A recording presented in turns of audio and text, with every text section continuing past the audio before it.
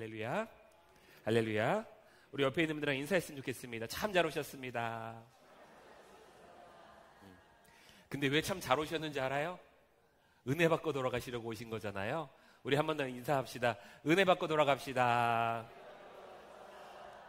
아유, 우리 은혜를 기대하시는 분들의 얼굴 표정 맞으신 거죠? 우리 조금 더 우리 즐겁고 기쁜 마음으로 한 번 더 인사합시다. 은혜 받고 돌아갑시다. 이 시간 주님께서 주신 은혜로 채워지는 놀라운 은혜의 때가 되기를 주님의 이름으로 축복합니다. 우리에게 은혜 주실 하나님께 감사하며 영광의 박수 올려드립시다.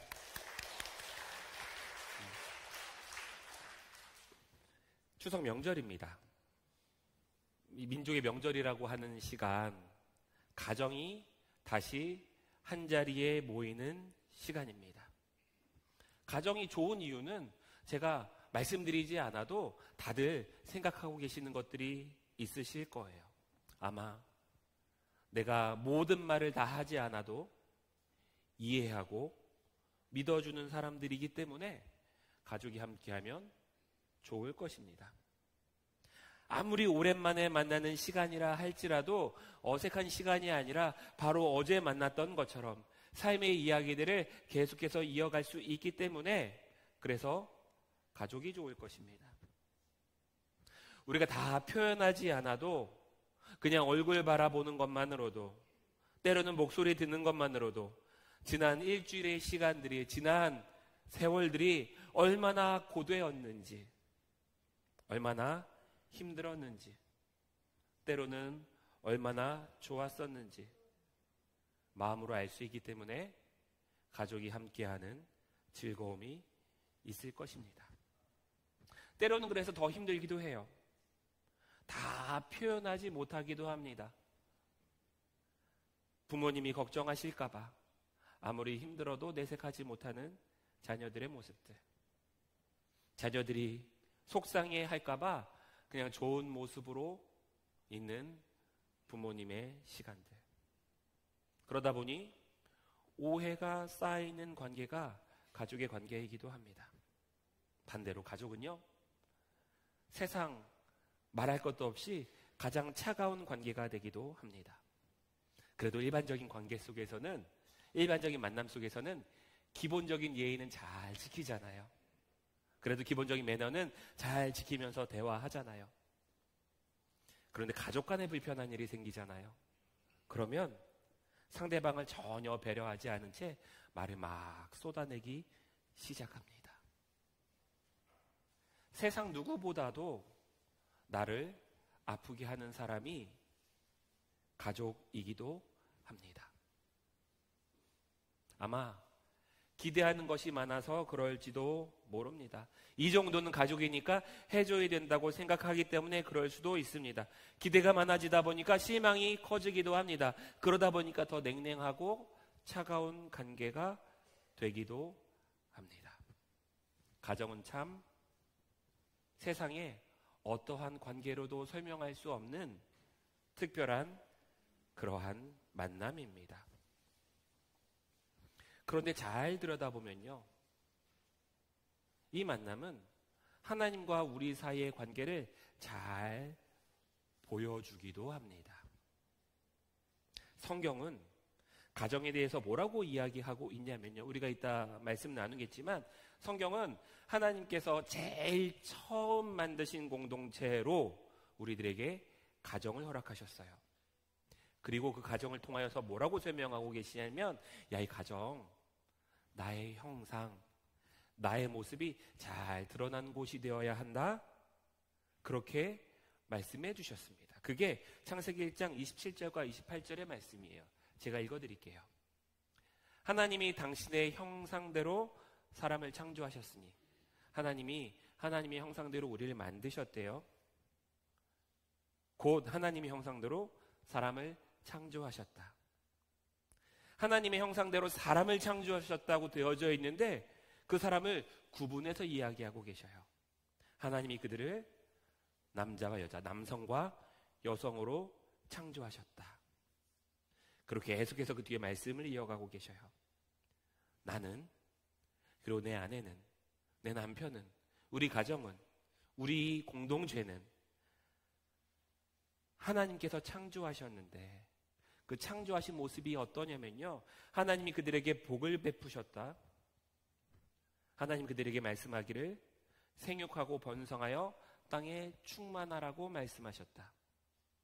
우리가 하나님의 형상대로 창조되었다라고 하는 것, 여기까지는 너무나도 잘 읽어나가요. 그런데 하나님의 형상 안에 남성의 모습도 여성의 모습도 그리고 생육하고 번성하는 모습도 하나님이 우리를 창조하신 하나님의 형상이라는 거예요. 우리가 이거를 잊어버릴 때가 많아요. 다시 말씀드리면요, 하나님의 형상대로 나와 가정을 만드셨다는 것은 무슨 말이냐면요, 이 가정을 통하여서 하나님의 모습을 우리가 알고, 이 가정을 통하여서 하나님의 형상을 우리가 알고, 이 가정을 통하여서 하나님과 우리의 모습을 잘 알 수 있는 그 공동체가 가정이 되어야 된다는 거예요. 한번 생각해 보십시오. 하나님이라고 하는 그 전지전능한 대상은요, 너무나도 추상적이에요. 우리가 눈으로 볼 수 없잖아요. 손으로 만질 수 없잖아요. 하나님이라고 하는 분은요, 추상적일 수밖에 없어요.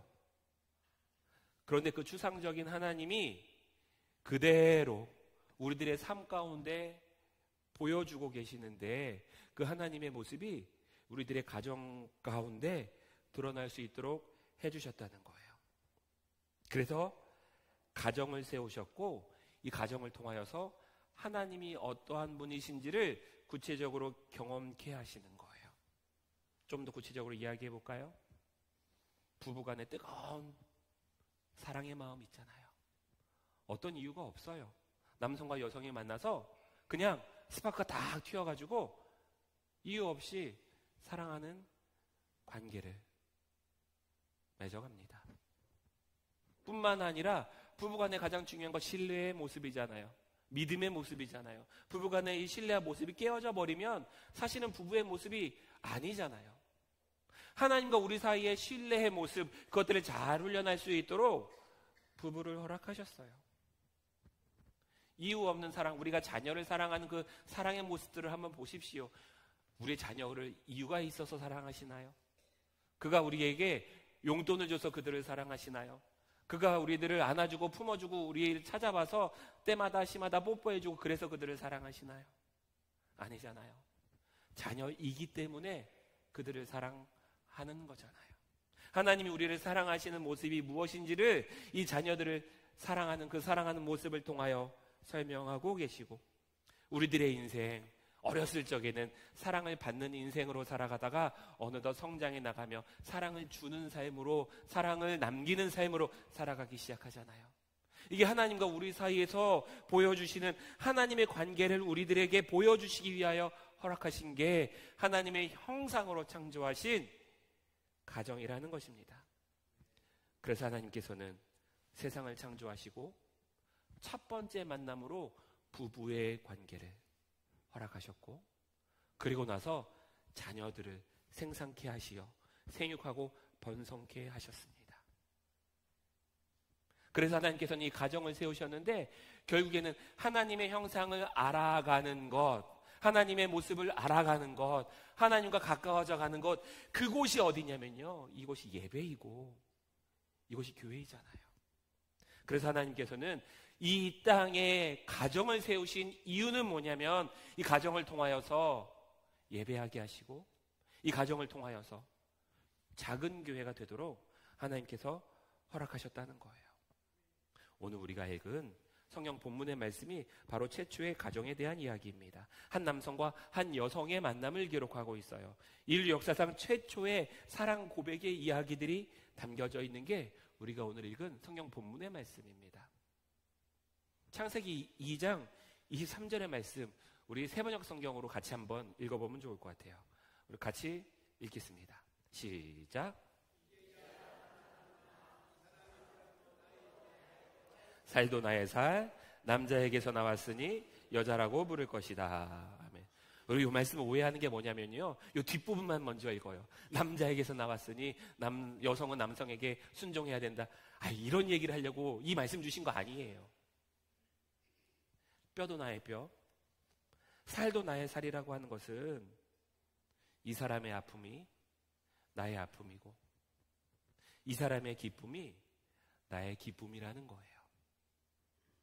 이 사람의 감사가 나의 감사가 되고 이 사람의 슬픔이 나의 슬픔이 되어야 한다는 거예요.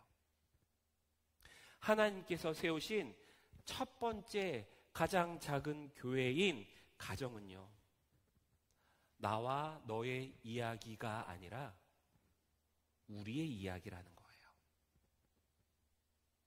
나의 이야기 아니고 너의 이야기 아니야. 하나 된 우리의 이야기야. 철저하게 성경은요, 부부를요, 우리라고 하는 하나의 공동체로 묶어서 설명하고 계시는 겁니다. 그런데 그 모습이 가장 잘 드러나는 게 몇 절이냐면 25절의 말씀이에요. 같이 읽겠습니다. 시작.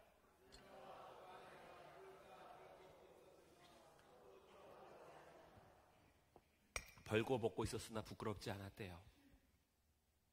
이것은요, 무엇을 말씀하고 있는 거냐면요, 실수가 있었음에도 불구하고 부끄러운 상황임에도 불구하고 그것을 내어놓는데 전혀 부끄럽지 않았대요. 왜냐면요, 내가 아니라 너가 아니라 우리가 되잖아요. 그러면 그 사람의 실수가 누구의 실수가 되는 거예요? 나의 실수가 되는 거예요. 그럼 그걸 비난합니까? 비난하지 않습니까? 우리가 되면요, 비난하지 않아요. 우리가 되면요, 그것이 흠이 되지 않습니다. 그렇기 때문에 부끄러워하지 않았다는 거예요. 벌거벗고 있는 거, 이게 나와 너라면 부끄러웠을 텐데 너와 내가 아니라 우리이기 때문에 부끄러움이 아니라 하나된 공동체로 있었다는 겁니다. 저는 우리 물레동교회 성도들의 가정이 허물이 비난이 되지 않고 흠이 약점이 되지 않는 그러한 가정 되기를 주님의 이름으로 축복합니다.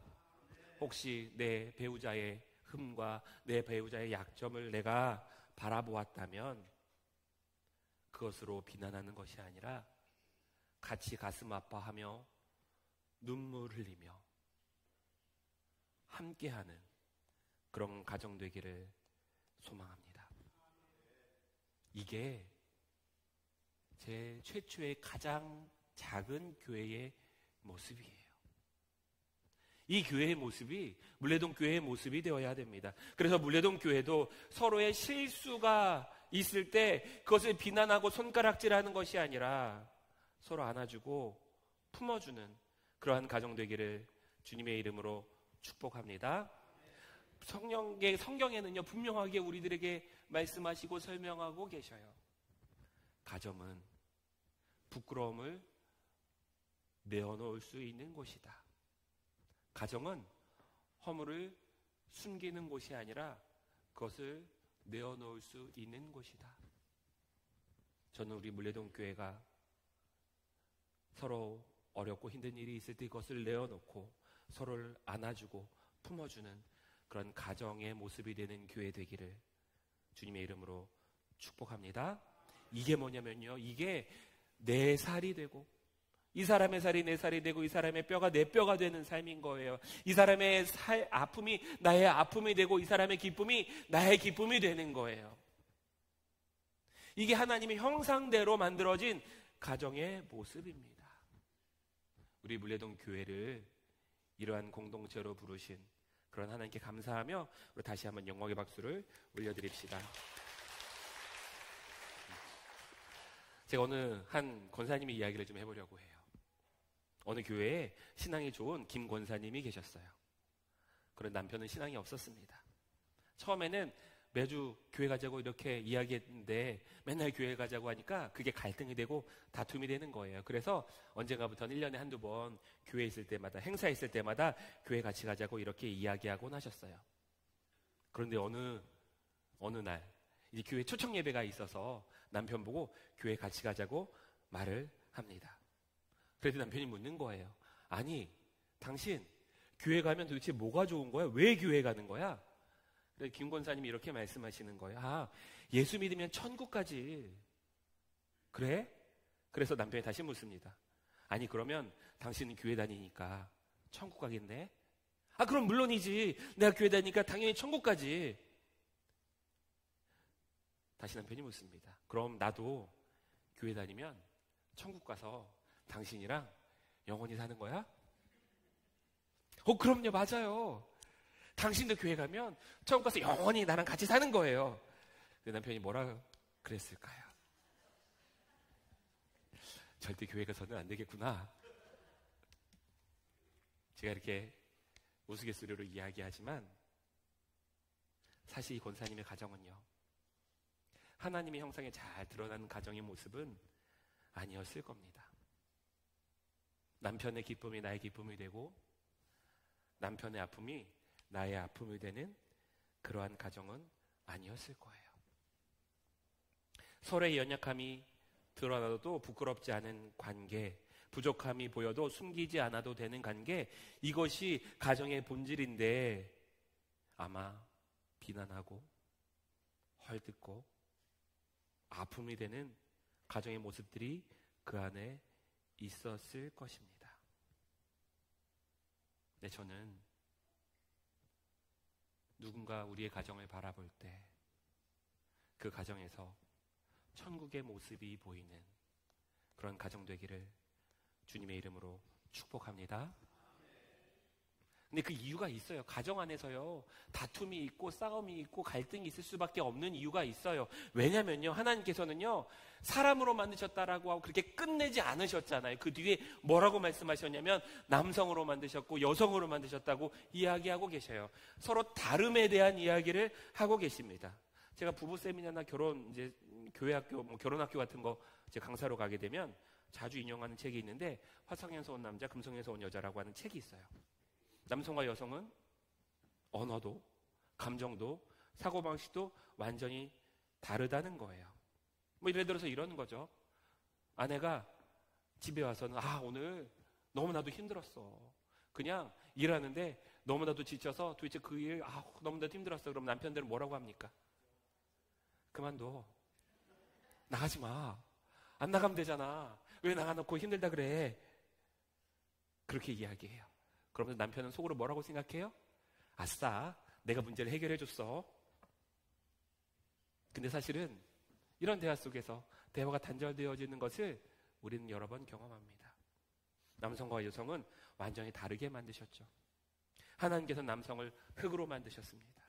생산에 일을 하도록 만드셨어요. 또한 여성도 하나님께서 남성의 갈빗대를 가지고 만드셨어요. 만드신 방법이나 만드신 속성들이 다 다르다는 거예요.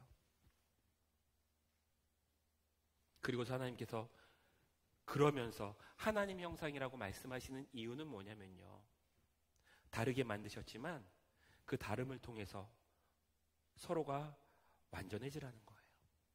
한번 세상이 온통 녹색이라고 한번 상상해 보십시오. 그게 아름다울 수 있을까요? 저는 파란색 좋아하고 스카이블루라고 하는 색을 되게 좋아하거든요. 근데 그 스카이블루 색이 온통 세상으로 다 그 한 색깔로만 되어 있다고 해보십시오. 그 색이 아름다울지. 그렇지 않다는 거예요.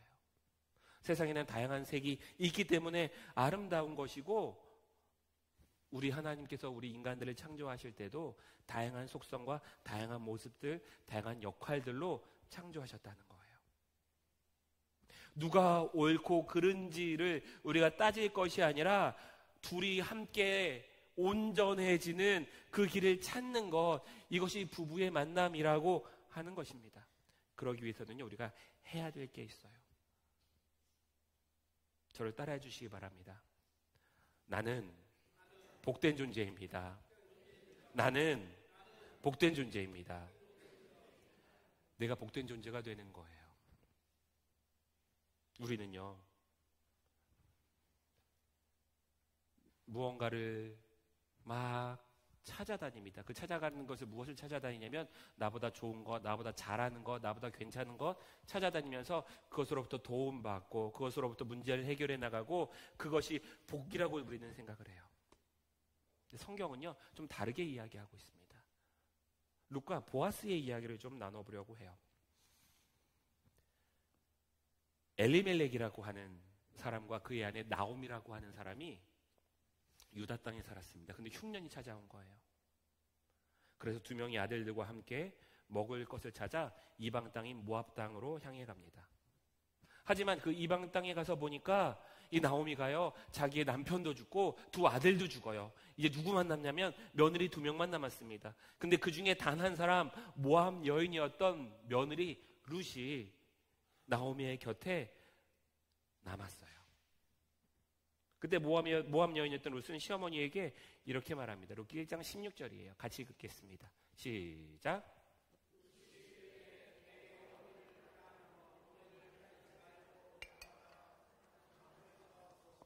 어머니께서 가시는 곳에 나도 가고 어머니께서 머무시는 곳에서 나도 머물겠나이다. 나의 백성이 되고 어머니의 하나님이 나의 하나님이 되시리니. 아멘. 그냥 우리가 언뜻 읽어봐도 무슨 내용인지 다 모른다고 해도 룻이 되게 괜찮은 믿음을 가지고 있는 것처럼 보여요. 괜찮은 사람인 것처럼 보입니다. 사실 이 짧은 룻의 고백이 그의 인생을 완전히 새롭게 했어요. 내가 어머니 나오미와 함께 하겠습니다. 그러고 가난한 이방 여인이었지만 그 시어머니와 함께 베들레헴이라고 하는 고향 땅으로 돌아와요. 베들레헴으로 돌아와서 보니까 가진 것이 아무것도 없었습니다.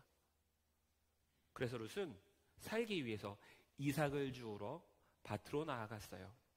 그런데 우연히 찾아갔던 그 밭이 보아스라고 하는 부자의 밭이었습니다.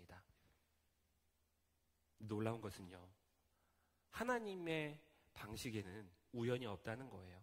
하나님께서 섭리하신 과정이었다는 거예요. 보아스를 만나게 하셨고 부유한 그 보아스를 통하여서 룻이 복을 받습니다. 그 보아스는요, 룻을 보고서 뭐라고 이야기하냐면, 그래 해롭게 하지 말아라, 그녀에게 일부러 이삭을 떨어뜨려 주려라, 이렇게 이야기합니다. 이게 좀 이렇게 상황만 놓고 보면요, 룻에게 보아스는요, 하나님의 복이 흘러왔던 복의 통로였어요. 룻은 보아스를 통해서 복을 받았던 사람이었습니다. 여기까지는 우리가 너무나도 잘 알고 있는 이야기예요. 근데 우리가 이 말씀을 통해서 무엇을 기도하기 시작하냐면요, 하나님, 내가 룻과 같이 되기를 원합니다. 나에게 보아스를 허락해 주십시오. 나에게 완전한 사람, 부자이면서 상냥하고 하나님의 은혜 가운데 살아가고 하나님의 말씀으로 살아가는 사람, 그런 만남을 하나님 허락하여 주십시오. 우리가 보통 기도하면서 어떻게 기도하기 시작하냐면요, 하나님, 내가 보아스와 같은 사람을 만나길 원합니다.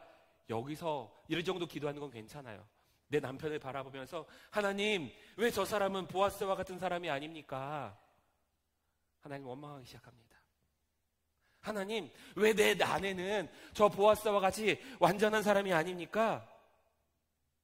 근데 우리가 성경을 잘못 이해하고 있는 거예요. 하나님은요, 룻에 대해서만 이야기하고 계시는 것이 아니라 보아스에 대해서도 이야기하고 계시거든요. 룻에게는 이 보아스가 복이 되어서 그에게 흘러갔지만 사실은요, 하나님이 말씀을 통해서 해주시고자 하는 이야기는 뭐냐면, 너 룻과 같은 사람, 그 룻과 같은 사람의 인생을 살아가는 것도 복이지만 진짜 복받은 인생은 네가 보아스가 되는 거야. 너가 보아스가 되어서 살아가는 거야. 너를 통하여서 복이 흘러가기를 원하는 길을 하나님께서는 말씀하고 계시는 것입니다.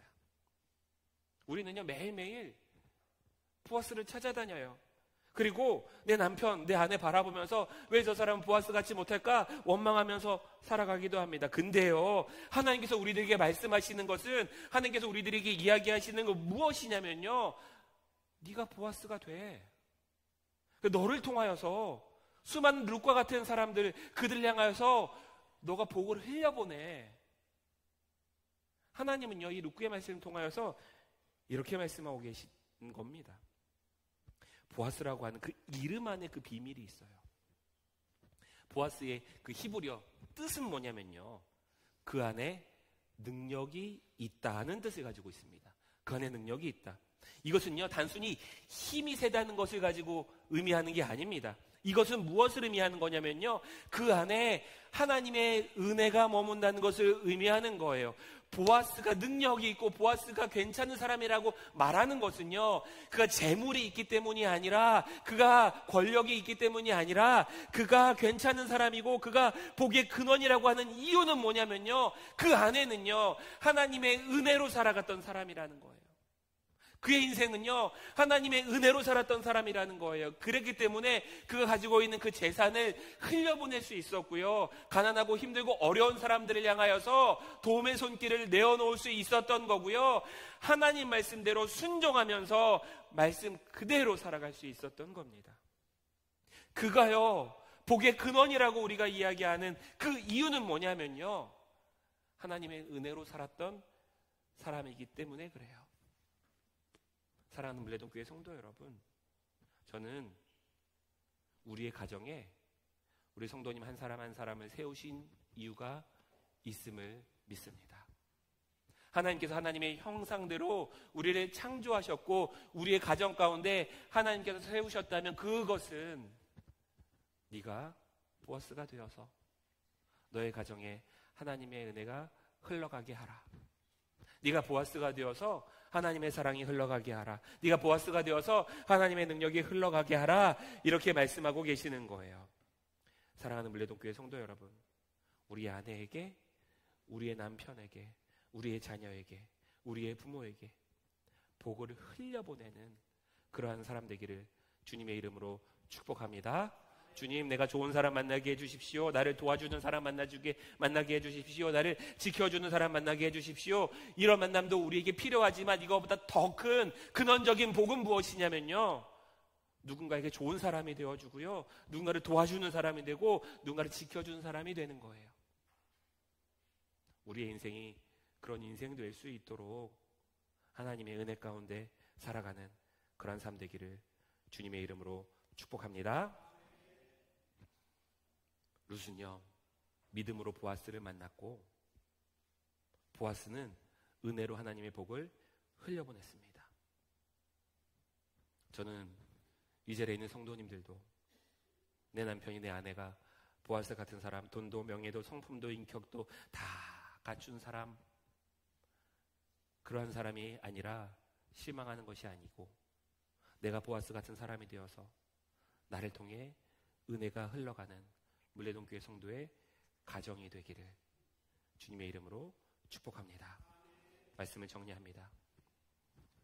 하나님은 하나님의 형상을 따라서 가정을 창조하셨어요.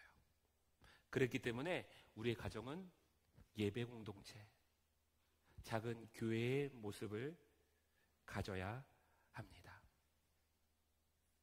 그러기 위해서는 이 가정에 복받은 사람이 있어야 되는 거예요. 복받은 사람을 기대하고 복받은 사람을 쫓아가는 것이 아니라 내가 복받은 사람이 되어서 우리의 가정이 든든하게 세워지는 그러한 가정 되기를 주님의 이름으로 축복합니다. 그러기 위해서 우리 가정이 예배 공동체가 되어야 되잖아요. 제가 특별히 이 순서지를 명절이 되면 만들어서 배부합니다. 이 흑백으로 만들 수 있어요. 대충 만들 수 있습니다. 근데 꼭 칼라로 이렇게 인쇄하는 이유가 있어요. 다 가정 숫자대로 가져가셔서 그거 가지고 예배하라는 거예요. 그 형식 그대로 다 쫓아가지 않아도 괜찮아요. 그냥 성경 한 절 읽고 그 안에 있는 기도만 해도 괜찮아요. 뭐라도 괜찮습니다. 하지만 그럼에도 불구하고 꼭 그거 들고 가셔서 우리들의 가정이 예배 공동체가 되었으면 하는 마음에서 만들어서 배부하는 겁니다. 이번 명절, 우리 내일이 이제 명절 당일이잖아요. 참 만나서 예배하는 거 쉽지 않습니다. 하나님 믿지 않는 가정들이, 식구들도 있고 그러다 보니까 예배하자고 하는 거 쉽지 않아요. 근데 믿음의 어른 세대들, 그 세대들이 하나님의 형상대로 서 있는 것들이 필요합니다. 그래서 꼭 돌아가실 때 가정의 숫자대로 그 순서지 가져가셔서 만나서 예배하고 만나서 하나님의 복이 잘 흘러가는 그런 때가 될 수 있도록 그러한 잘 준비된 만남이 되기를 주님의 이름으로 축복합니다. 그렇게 예배가 되고 예배 공동체가 되고 믿음의 공동체가 되고 교회가 될 때 그때야 우리 가정을 향하여서 이는 내 살 중에 살이요 뼈 중에 뼈라 하는 것이 마음속 깊이에서부터 시작되어지는 거예요. 사람의 마음으로는 할 수 없는 것들입니다. 하나님의 사랑이 아니면 할 수 없는 것들이에요. 우리는 너무나도 다른 존재이기 때문에 그렇게 사랑할 수 없는 관계입니다. 하지만 우리의 가정이 교회가 될 때, 하나님의 사랑이 임하게 될 때, 하나님의 그 사랑으로 사랑하게 될 때, 천국의 모습이 회복되어지게 될 때, 그때 이는 내 뼈 중에 뼈, 살 중에 살이라고 하는 이 말씀과 같이 나의 허물과 부끄러움이 비난이 아니라 애통함이 되는 그런 공동체가 될 수 있는 거예요. 이스라엘에 있는 모든 성도들의 가정이 그러한 가정 되기를 주님의 이름으로 축복합니다. 하나님께서 나를 하나님의 형상으로 만드셨습니다. 나와 함께 살아가고 있는 우리 가족들 또한 하나님의 형상으로 만드셨습니다. 우리를 하나님의 형상으로 만드셨사오니 내가 내 뜻대로 다 바꾸려고 하는 것이 아니라 우리가 하나 되어 하나님의 형상을, 완전한 하나님의 나라를, 완전한 하나님의 뜻을 우리가 되어 하나하나 발견해 나가는 그러한 가정 되게 하옵소서. 그러한 가정에 보아스로 나를 세우셨습니다. 네, 사랑하는 가족이 보아스가 아니라 원망하는 삶이 아니라 내가 보아스가 되도록 허락하셨사오니 평생을 감사하는 삶 되게 하옵소서. 그 우리 가정이 회복되게 하여 주시옵시고, 은혜가 회복되게 하여 주시옵시고, 생명이 회복되어지는 삶 되게 하여 주시옵소서. 모든 걸 주님께 믿고 맡겨오며 사랑과 은혜가 많으신 예수님의 이름으로 기도합니다. 아멘.